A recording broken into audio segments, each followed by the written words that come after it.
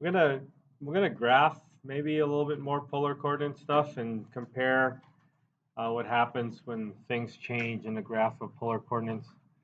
And then we're going to take a look at the relationship between polar coordinates and parametric equations, parametric functions.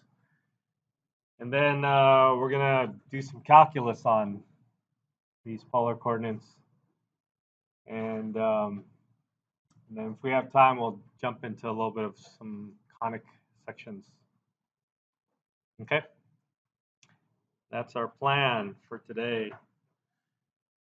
Are there any issues with like WebAssign or anything like that? It's all good. And you see that there's some homework due Sunday or something like that? Already done? And then there's some chapter 12 stuff that popped up there, right? It's due like on Tuesday or some other dates. So those are the lab assignments. I think one's due Monday and then Tuesday and then Wednesday. So those are the lab assignments, and those are the assignments I want you to be able to do before we talk about it in class. And that's it's not exactly having you guys read the textbook before coming to class, but it's getting familiar with the material before coming to class. Okay. If you don't have any questions, I guess we can get started. Oh, I didn't get my file open up, but we're talking about families of polar curves, polar coordinates.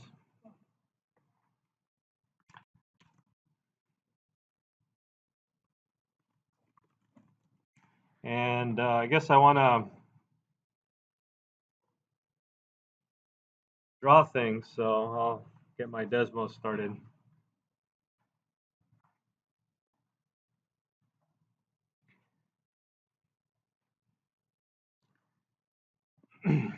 So we talked about cardioids, I think, and I don't know in how much detail.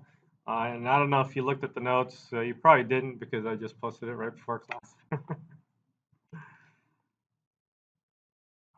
But from last time, we were talking about graphs, and then we talked about the graphs of these cardioids. So that's where I want to start off talking about these things that look like hearts. And just to let you know, it's a combination of either sine or cosine. You'll see the differences if we have sine versus a cosine graph. And what I'll do is I'll put like a generic cardioid graph here.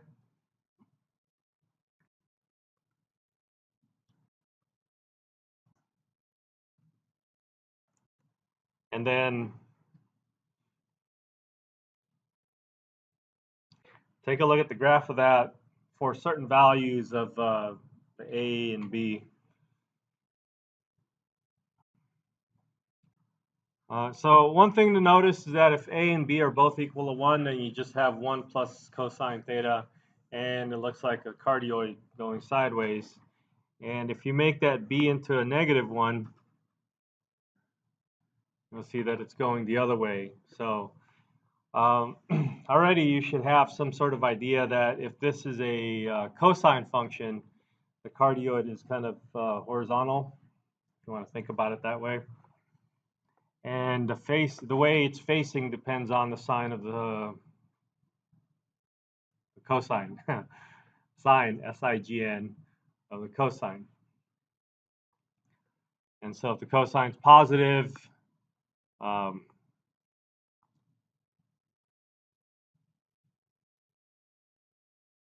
if the cosine's positive, then it starts off with a larger value, A plus B.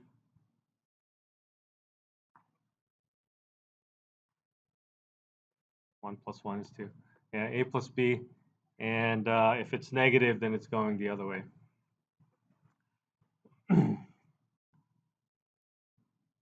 Now, if we change the value of A to something kind of bigger, I guess we can make them both big.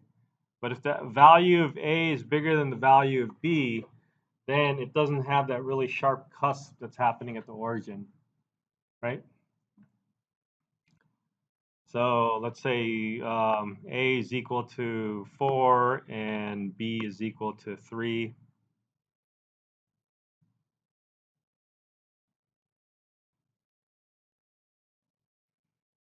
Then it's still kind of in the shape of a heart, except it doesn't have that cusp.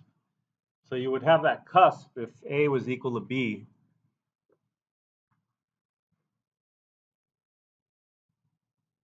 So if A is bigger than B, then you have this shape. And then if B is bigger than A, then you have that loop on the inside. Okay? And I guess you can kind of see the same shape happening on if it's positive or negative.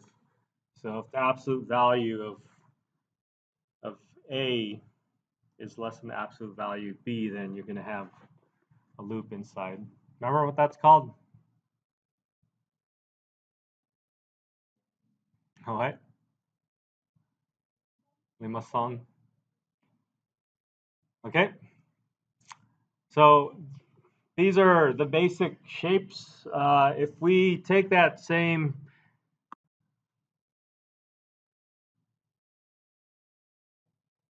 general shape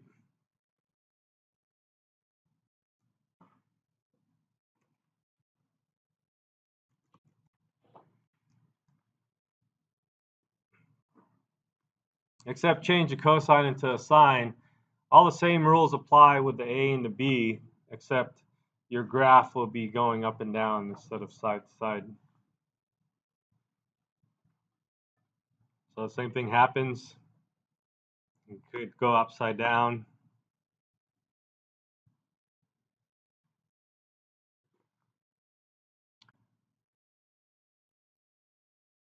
So the key to thinking about this and looking at an equation, for example, and then trying to figure out, oh, what's the graph look like? For me, what I do is I check whether it's a sine or a cosine first. And so I kind of get an idea what the orientation is. And then I put in a couple of points, like when theta is equal to 0, when theta is equal to pi, and then try to figure out what that shape might look like.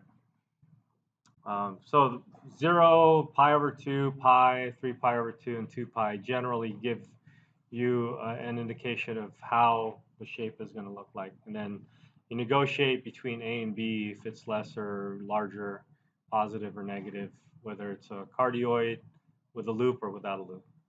Tanya?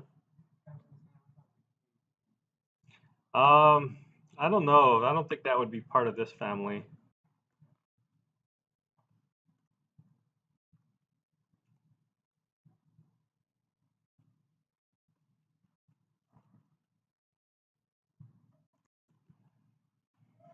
Yeah, the tangent business is a little bit different, although it looks kind of cool.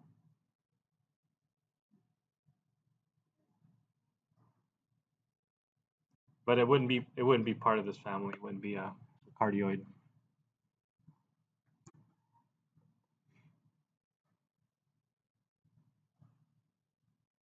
Wow. Okay.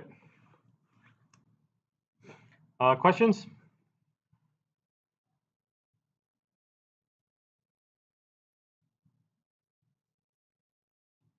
All right, so that's one family I wanted to take a look at. Another one I wanted to look at was the loops, the flowers. I don't know what they're called.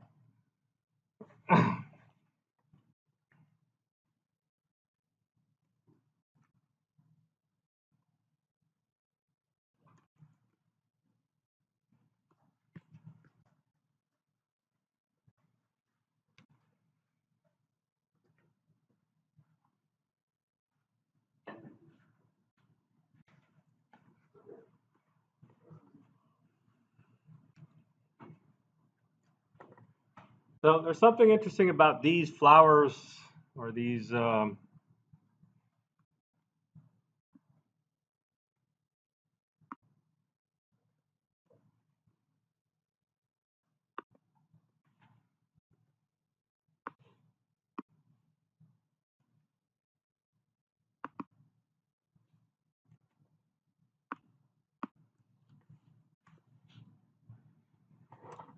I know they're all together and hard to see, but what do you think is happening when you have sine of some number times theta?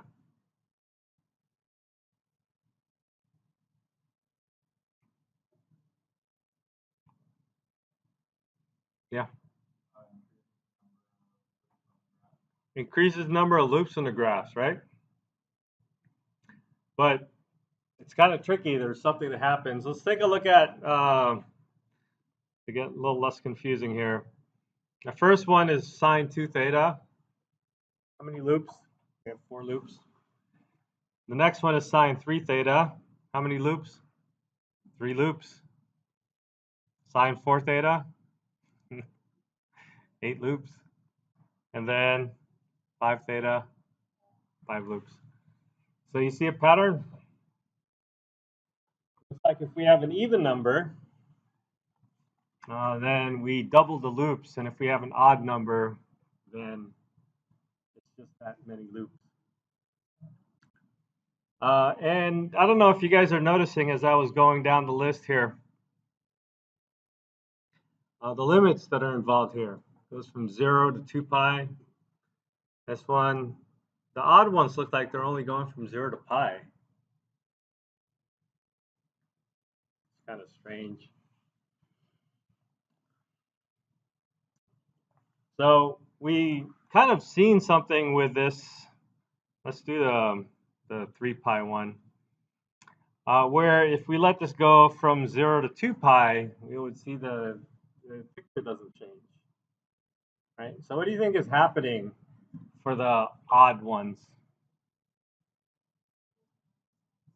It overlaps on itself. Remember, well, I'm going to make this analogy in a few minutes, or make this relationship between polar coordinates and parametric equations, but polar coordinates is being drawn with an angle, right, that goes around. And so what we could do, what can we do?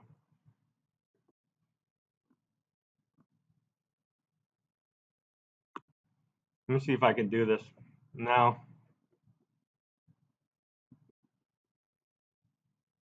Maybe.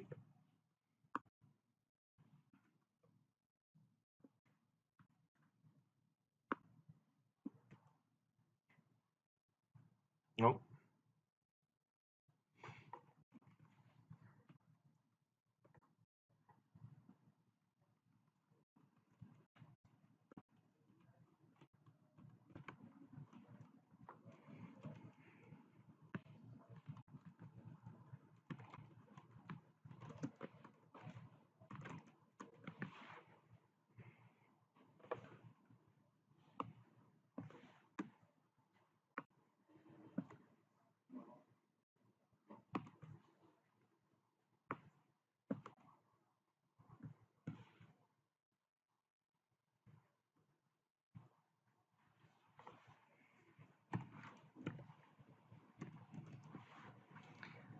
So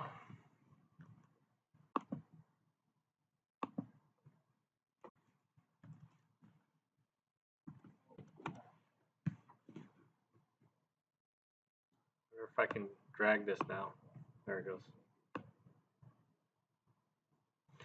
All right, so this is how it's going to be drawn from 0 to 2 pi. You take this, so the marker is here in black. If I go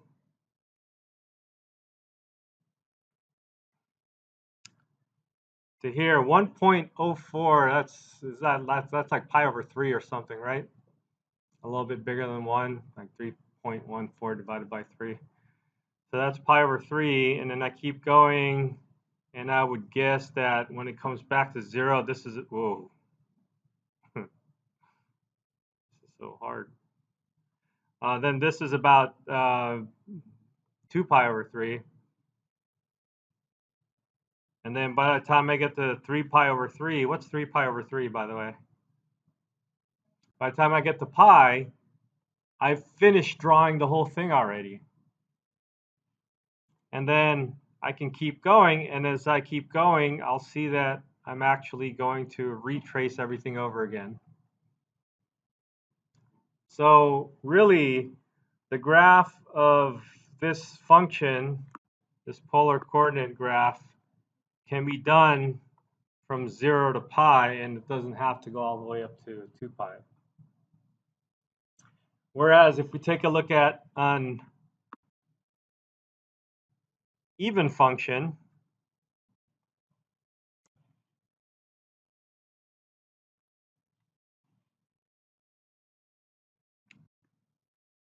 from 0 to pi,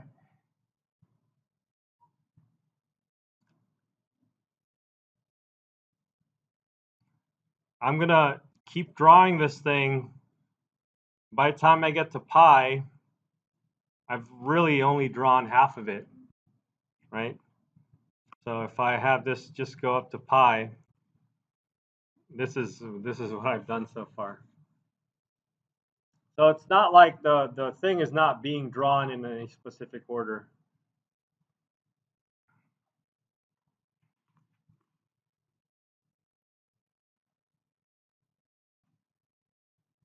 Ooh, look, it's actually drawing it now.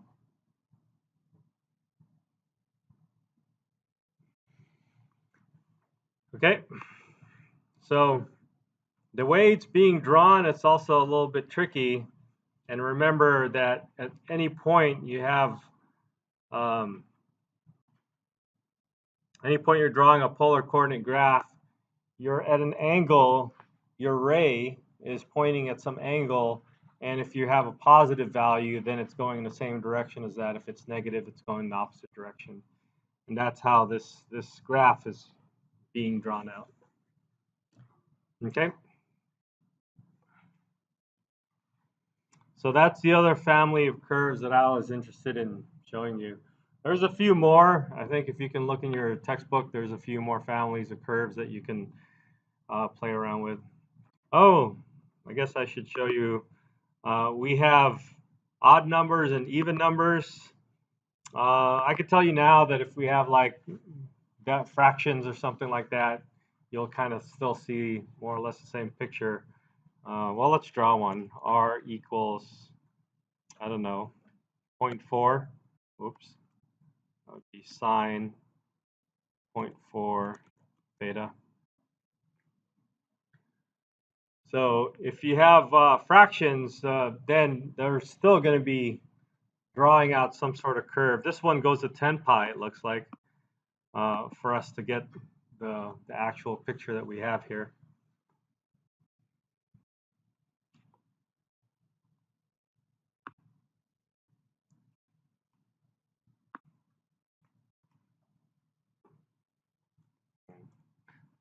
R equals sine 0.2 theta.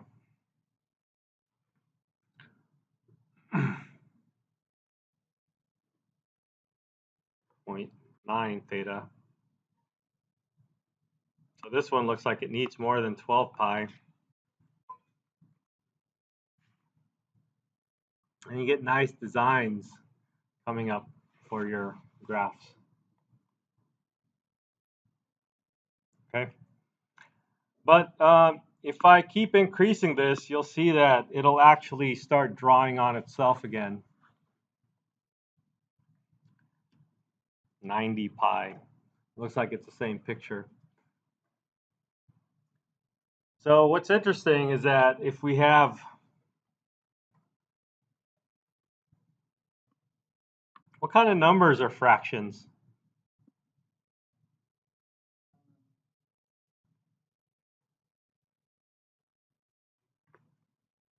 Yeah, there's a whole number system that we study, you know, real numbers and integers, and you guys know what fractions are called? They're real numbers, right? They're called rational numbers. So rational numbers are things that you can write as a fraction ratio. Which means in the realm of real numbers, there are these other things that are not rational. And they're called irrational numbers. You know that comic strip that says, why can't you be rational? Give me an example of an irrational number. Yeah. Square root of -1. That's way off. That's not even real. But that's definitely not irrational. Pi? Pi is an irrational number. The golden ratio is also an irrational number. Now those two numbers are actually different from each other. And they're both irrational.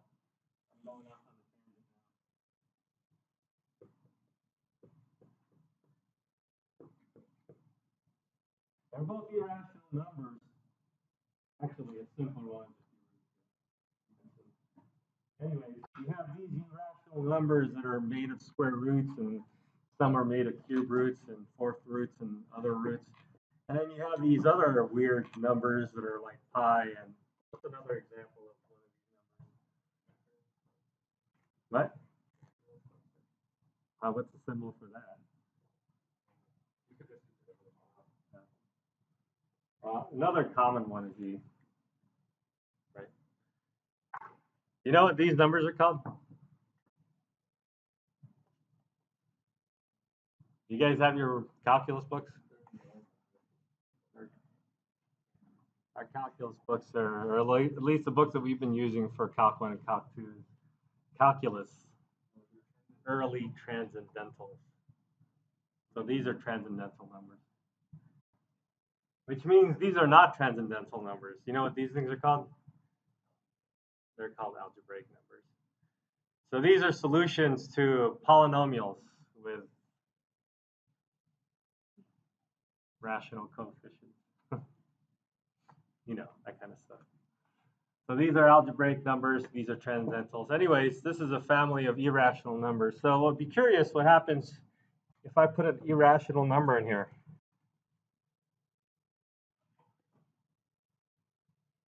And what happens when you put an irrational number in here is that thing will never repeat. What does that mean? What's 90 pi? What's 9 times 3? This is like 270. 270, 400. What happened? What happens is that if you go on forever, you'll eventually fill in the whole disk because it never repeats itself. So if you put an irrational number here,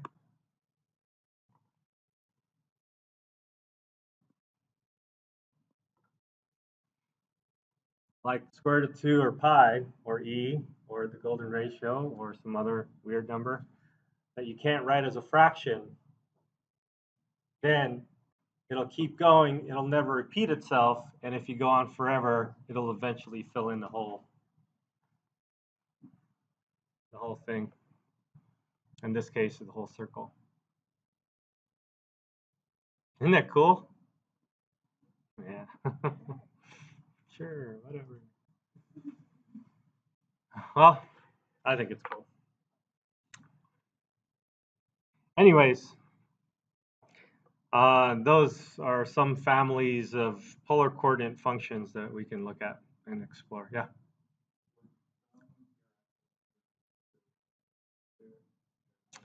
I can't imagine because you're drawing out like one-dimensional lines, and so it'll both any two of them will take an infinite number to fill in, whatever that means. Yeah, but this is just counting infinity. Anyways, one of the things I studied were space filling curves, so it's kind of cool to see what that actually means, space filling curve. All right, off at a tangent.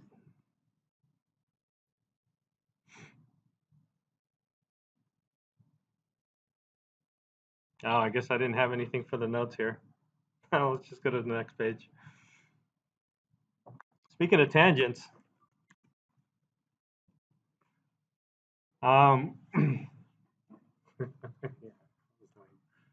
Let's do some calculus on these polar coordinate graphs. And before we could do that, there should be we kind of know how to find the derivative or the dy dx of a set of parametric equations. So it turns out that if you have oh, I still haven't opened my file.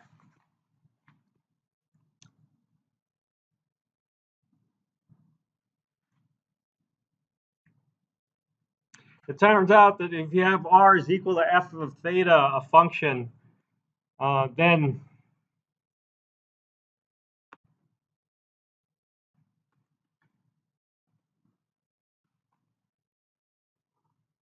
you can write that polar coordinate function as a pair of x and y parametric equations.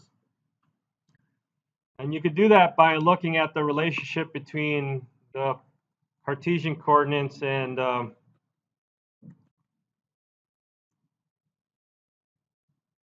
polar coordinates with x is equal to r cosine theta, and then y is equal to r sine theta.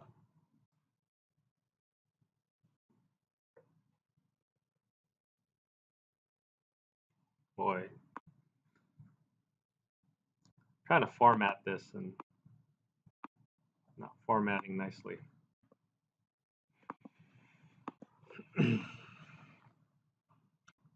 So if you change those f of thetas and sine thetas, if you change the thetas into t's, then it could be the set of familiar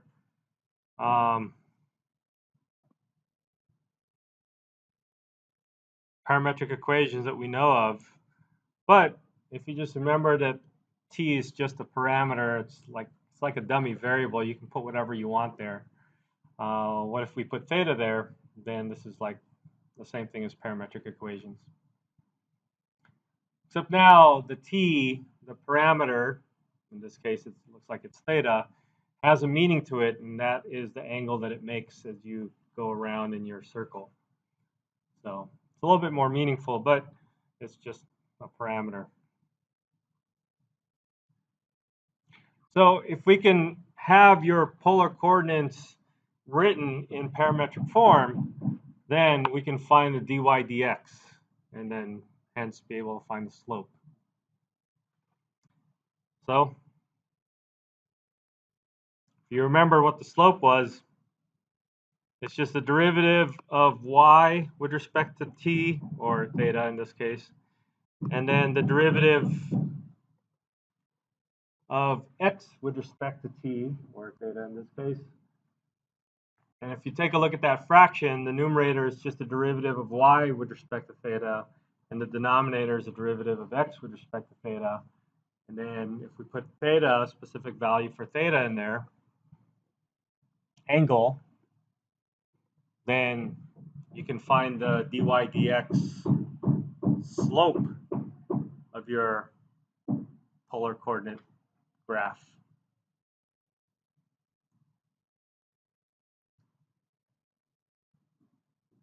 So let's do an example.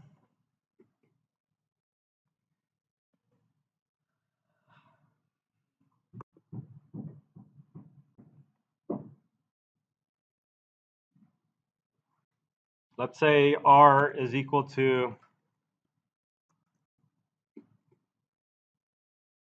should we do a cardioid? Let's do a cardioid. 1 plus sine theta. All right? Think in your head, without graphing, how the graph looks like, or before I graph it.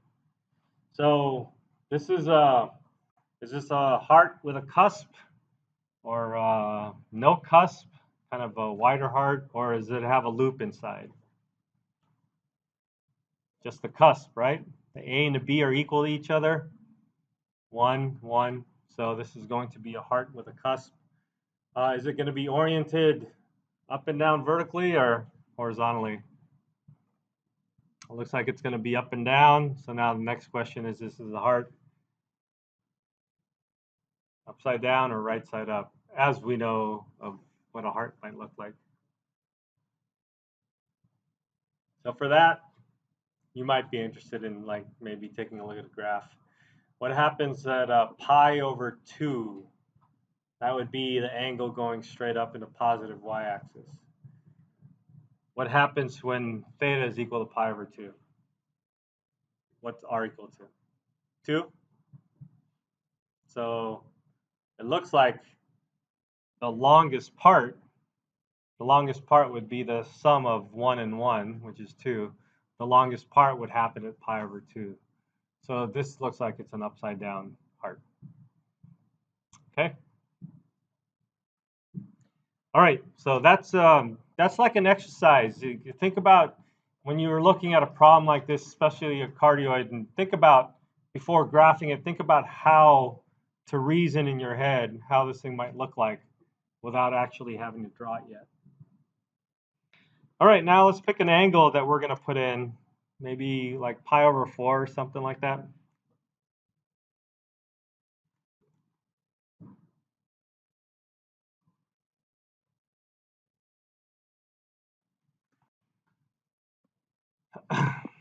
So imagine this upside down cardioid. You want to find the slope of that line, or we might as well find the equation of that line.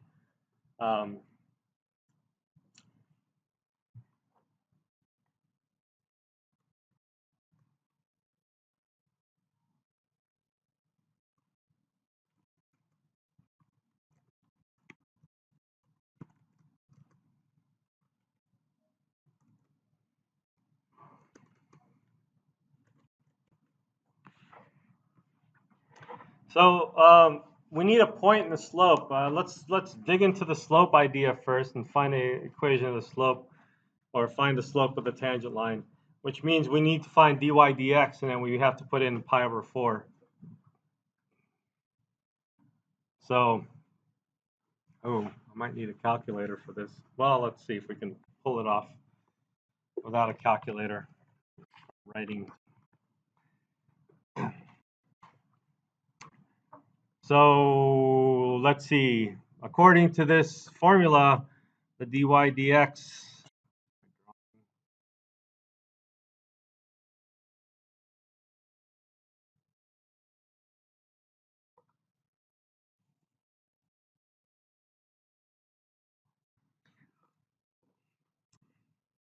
So I want the derivative of f, and then I'm going to put in, I'll put in pi over 4 later. So the derivative of f is just cosine, right?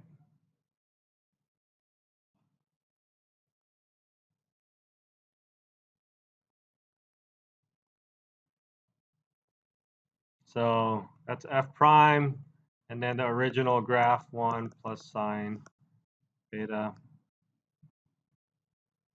And then the derivative again, that's cosine beta. And then this time it's negative.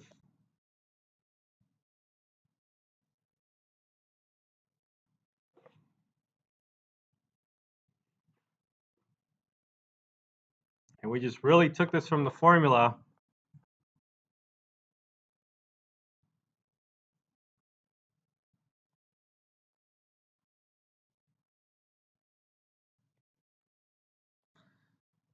And we just had to identify the function and its derivative. Yeah.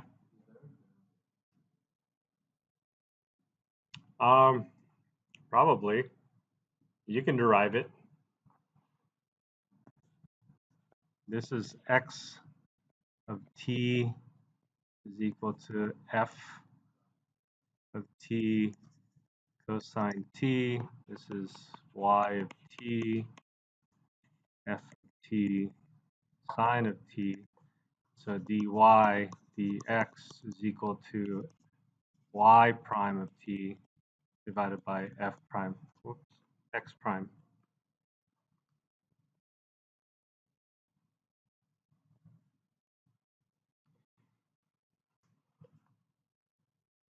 Product rule. f of t, derivative of the first times second plus first times derivative of the second. And that's how they got this. Right?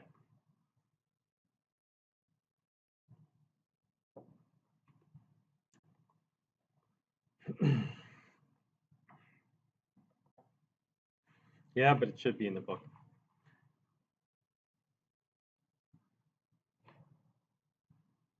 All right, so we can distribute things out, or we can just put in a pi over 4. Pi over 4? Oh, maybe I should have picked another number. Bunch of root 2's over 2's. So the slope is going to be, I'll call it m.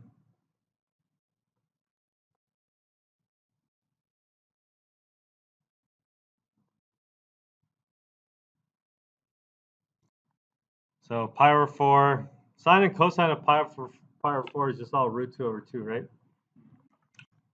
So root 2 over 2 times root 2 over 2 plus 1 plus root 2 over 2, root 2 over 2, all over root 2 over 2, root 2 over 2, minus 1 plus root 2 over 2, root 2 over 2.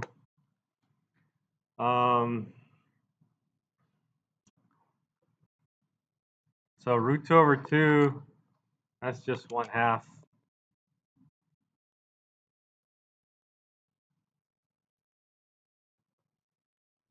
And then this is root 2 over 2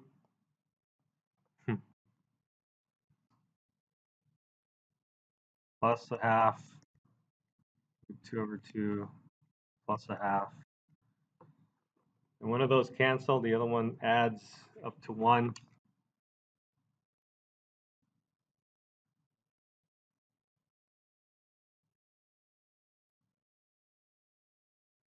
And this is negative. So I hope that's right.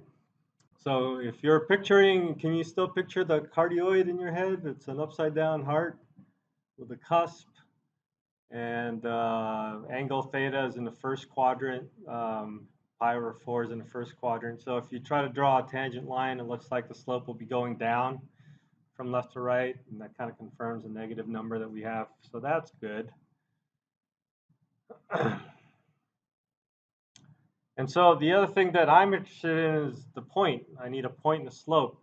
So this is a slope. How do you find a point? What is our point anyways?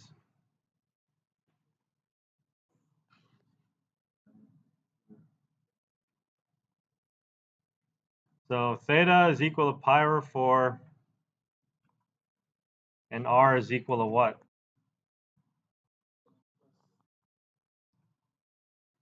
So 1 plus root 2 over 2?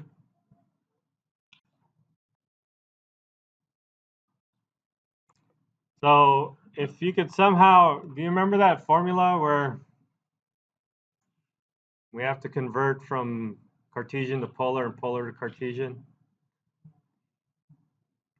Okay, let me remind you.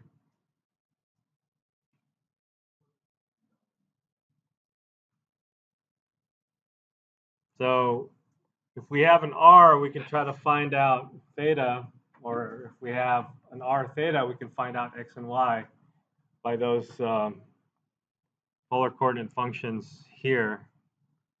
So x is going to be 1 plus root 2 over 2 cosine theta, pi over 4, and then y is equal to 1 plus root 2 over 2 sine pi over 4. So I think they're both going to be the same, which kind of makes sense because pi over 4 is that line x equals y, right? It makes a 45-degree angle from the axis. And so this is root 2 over 2, and I think that's the same thing as root 2 over 2 plus 1. No.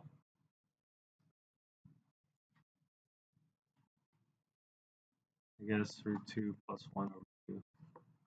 Same thing. Okay, so it looks like we have a point,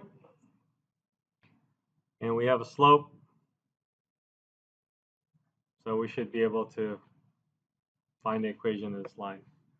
So let's see if this is actually correct.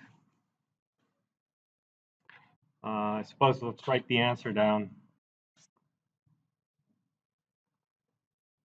Y minus y1, this is y1, is equal to the slope,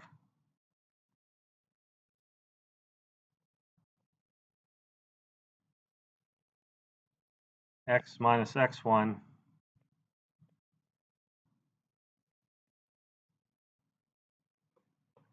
where all these things go in there.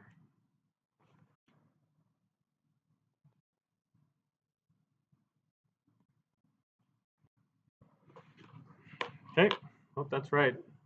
Let's graph it.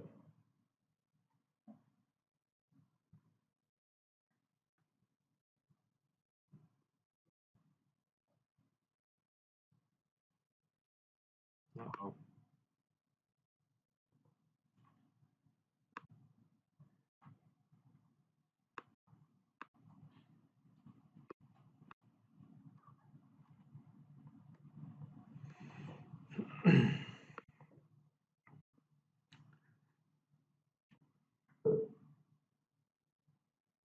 Is that me?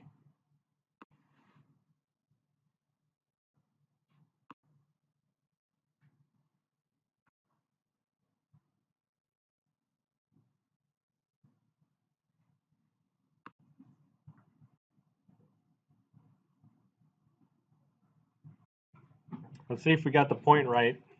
What was the point again?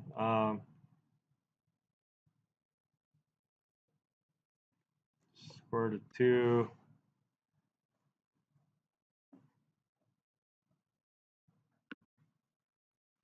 plus 1.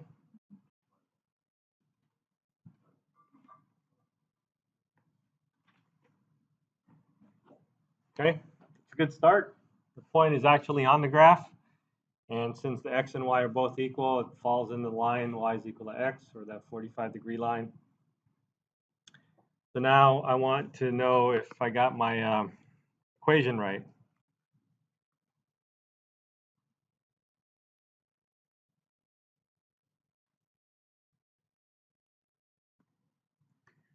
So the slope is this big thing, 1, it's not 1, 1 plus square root of 2 over 2.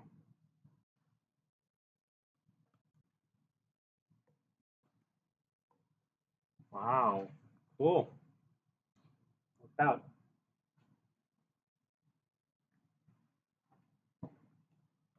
It's always good if you get an answer and then you draw it and then you got it makes sense.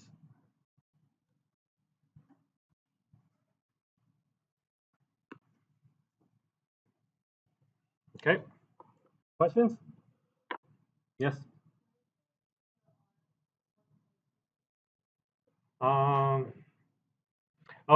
We put it back into the equation.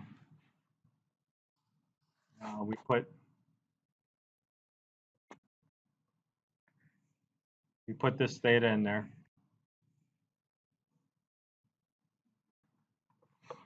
My screen's cracked in the lower half of the left side of my computer, so it does weird things when I go there.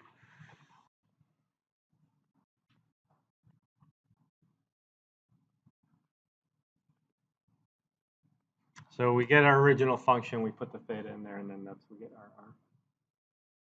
Any other questions? Okay.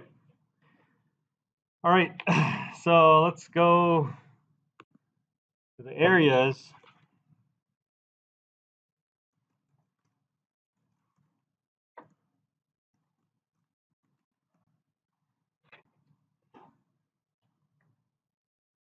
So back in Calc 1, when I say, oh, there's a function y equals f of x,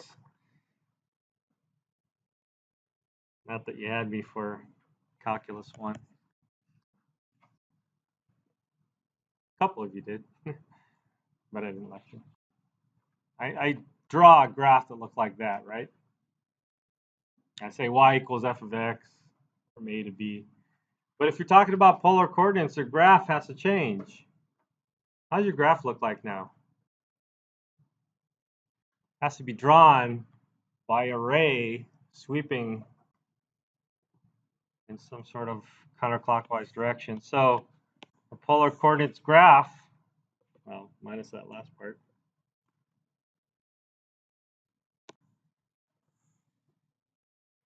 might look something like that. And instead of going from A to B, we would go from one angle to another angle.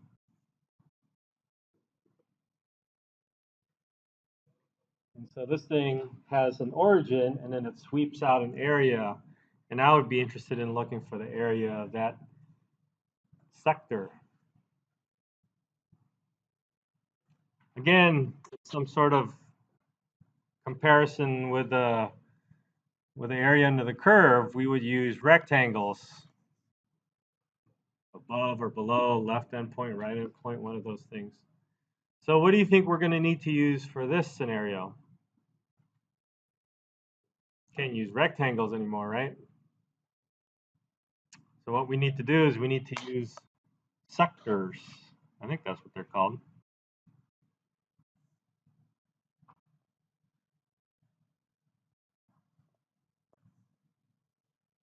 Guess maybe I can make it bigger.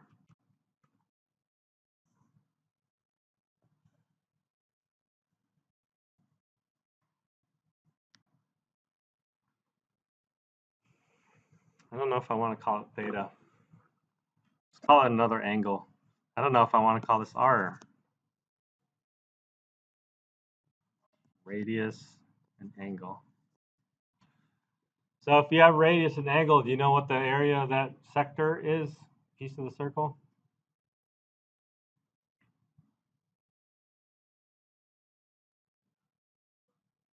One half r theta.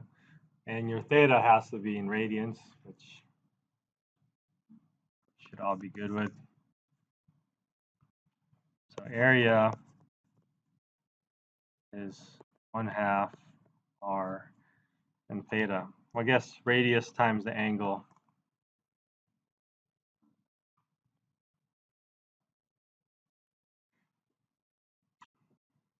And the angle has to be in radians.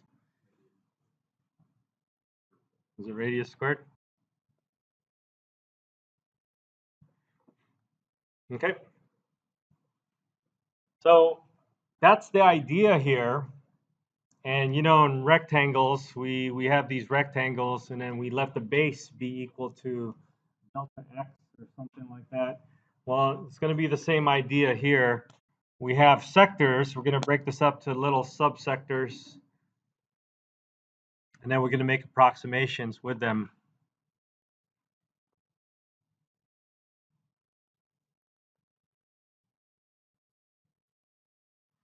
And we're going to find areas of those little sectors. And the change happens, your variable is your theta angle, so the change happens with your theta. So we're going to introduce, instead of a delta x or a dx, we're going to come up with a delta theta, which will eventually become a d theta. So if we take one of these small sectors,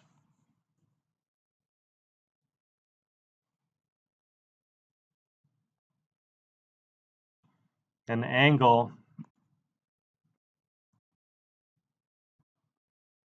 is delta theta, and then the radius is going to be your r, or your f of theta.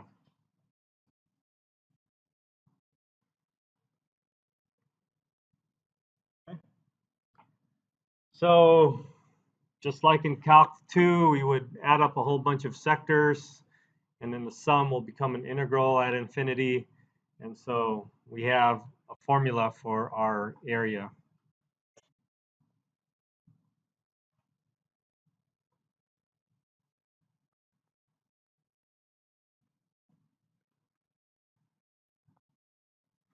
So it's going to be the 1/2 radius times the angle.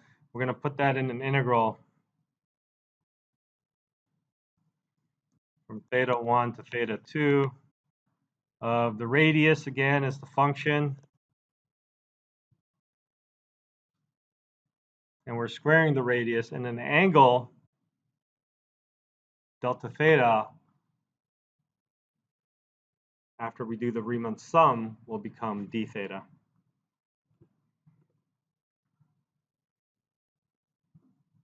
So if you just know this, or you're able to look it up, you can see that this is how this formula would come about. Okay. So we could do things like finding the area of the cardioid, half of it, a quarter of it, or finding the area of the loop inside a limaçon, or finding area of one of the petals for your functions. So let's do one of those.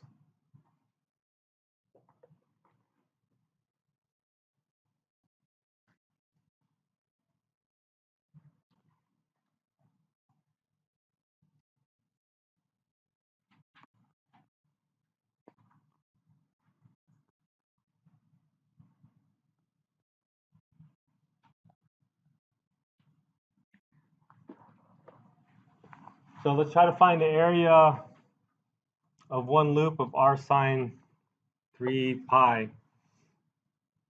So sine 3 pi, this thing starts from 0, and I think we saw it being drawn out, right? So one loop, we have to kind of know what the angles are for the loop. I think this is how it's going to be drawn out. It starts off over here, it makes one loop, and it comes down, finishes a loop, and then it continues to go down here. But I won't draw the rest.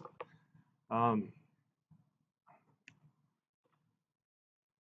I do want to know what the limits are. And so how does the loop start? Where does the loop start? So it looks like the loop would start at theta is equal to 0 at the angle of 0.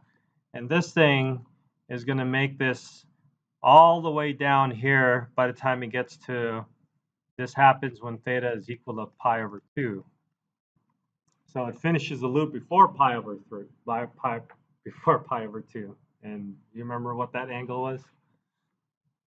Where it finishes the loop?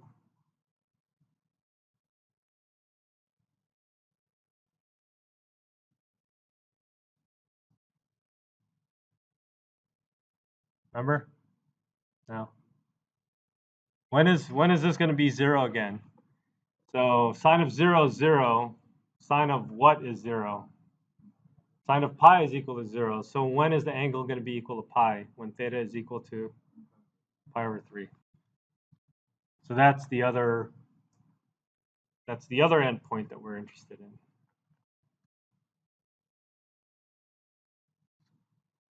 Okay. So there you go. Once you know this, you can set up the integral and you're pretty much done. Except you have to integrate it. And I'm not gonna. Yeah.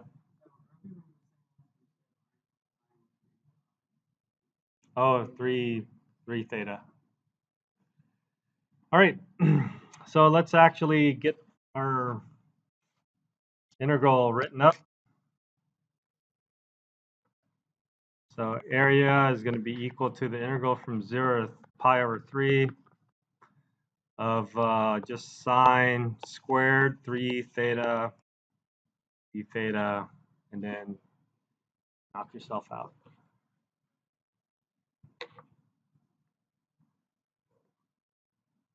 Okay? Yes? Oh, yeah, thank you. Otherwise, I'd only get half of that. 1/2 is also part of the formula. Okay? There's some half angle formula or double angle formula that you need to mess with to finish this up. Or you can just type it in Wolfram Alpha. Questions? Yeah. One petal. I think that's the word that they use. Yeah, I have to look at the book, see what they use. I don't even know if they call it a flower or what. Just one petal. What? Flower? All right, the last thing we're going to do is in 2 minutes, I'm just going to show you the formula for the arc length, because we could do arc lengths of these things as well. And I can tell you that the arc length formula comes from this relationship again between the polar coordinates and the, because we have the arc length formula for this.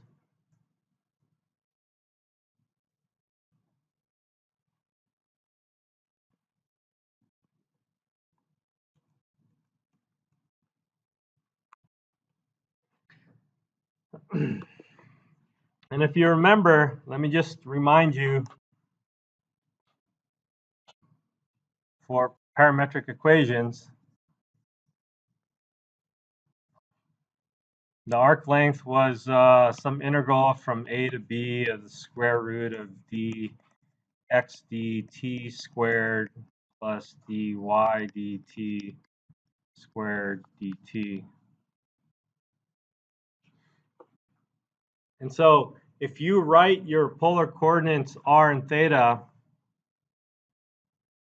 in terms of the Cartesian coordinates or in terms of the parametric equations, x is equal to f of t cosine t, y is equal to f of t sine t, or theta. And then take the derivative and square it, and then add it all under the square root. The sines and cosines will magically disappear. And it's not magic, it's trig identities. You're going to see a lot of sine squares plus cosine squareds, and then some middle term when you multiply things out will disappear. So you can either trust me on this, but you should never really trust me. So you should actually try to work it out on your own. Just take the derivative using the product rule, square each one, add them together, and you'll see what happens under the square root. Okay, so once you have the formula, you can just take any problem. Usually the hardest part of these problems is figuring out the limits, because they tell you to do something like find the arc length of the little loop inside of a limousin. And so you have to know when that happens, when that loop happens. So you can usually do that by drawing and tracing it out, or you can do it algebraically, but that usually is a tough problem. Okay. All right, so next time we're going to consider this done. Maybe I'll finish up, finish up an example on the notes. And then when we come back, we'll do polar, or we'll do conic sections.